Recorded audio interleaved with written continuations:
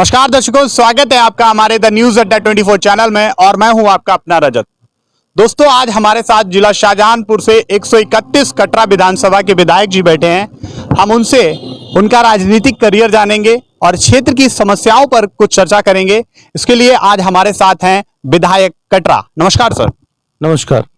सर्वप्रथम आप हमें अपना राजनीतिक करियर बताइए, जहां से आपने राजनीति में कदम। दरअसल हमारे पिताजी इस क्षेत्र से लगभग 4 बार विधायक रहे और पिछले 2007 में 2012 में वो चुनाव हार गए। उसके दरमियान मैंने 2012 के चुनाव के बाद मैंने लगातार अपने क्षेत्र में प्रत्येक व्यक्ति, प्रत्येक नागरिक से हर तरीके का संपर्क साधा और हमेशा संपर्क में रहा। ईश्वर की कृपा रही, भारतीय जनता पार्टी ने मुझे टिकट दिया।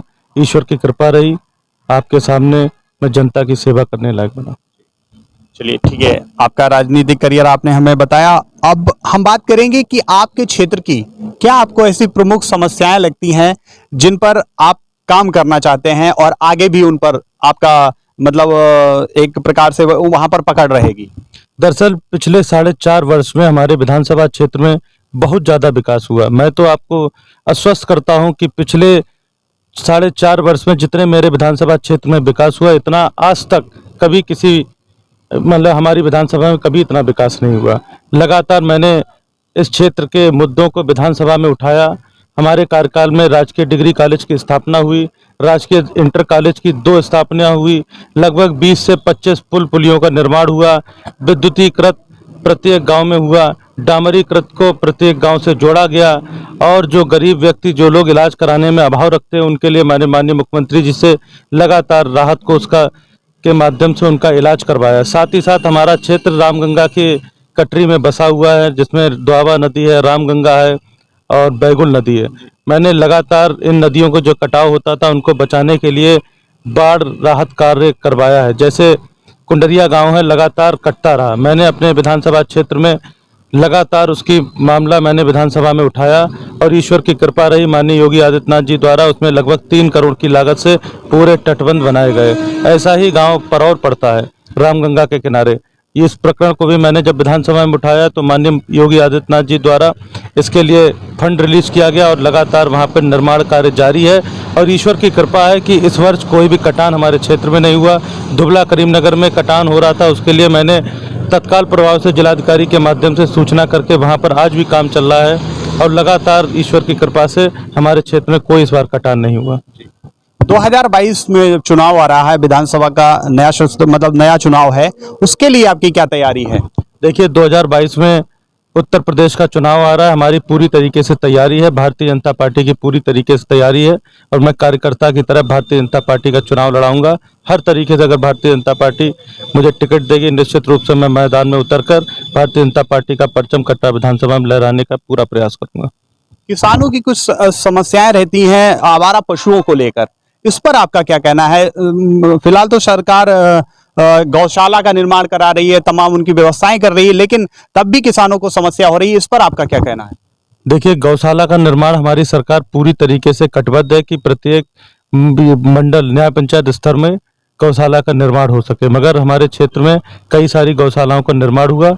लगातार जो भी गाय बीमार होती है, जो गाय परेशान होती है, उसको वहां पर बांधा जाता है और कई ऐसे काश्तकार हैं जिनको गाय दी जाती है और 900 रुपये प्रत्येक माह के हिसाब से हमारी सरकार उनको पेमेंट करती है। बहुत बार कई बार ऐसा माना जाता है कि काश्तकार 900 रुपये भी ले लेता है और गाय छोड़ देता है।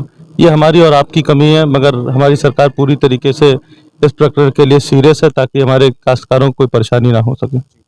कुछ एक संदेश देना चाहेंगे हमारे चैनल के माध्यम से जनता को? मैंने पिछले 4.5 वर्ष में जितना भी काम किया है, मैं आपको आश्वस्त करता हूं कि कटरा विधानसभा क्षेत्र के अंदर किसी ने भी इतना विकास कार्य नहीं किया। अगर आपको लगता है तो मेरे सामने या जनता के सामने प्रस्तुत करिए, मैं उसी दिन अपना इस्तीफा दे दूंगा विधानसभा से अगर कोई ये बता देगा कि उसने इतना काम किया। आरोप प्रत्यारोप लगाना आमूमन ये प्रकरण होता है, मगर इससे मुझे कोई फर्क नहीं पड़ता। फिलहाल मैंने प्रत्येक व्यक्ति की मंशा को समझा, प्रत्येक व्यक्ति को दुख को समझा। मैंने उसका दुख दर्द हमेशा बांटने का प्रयास किया।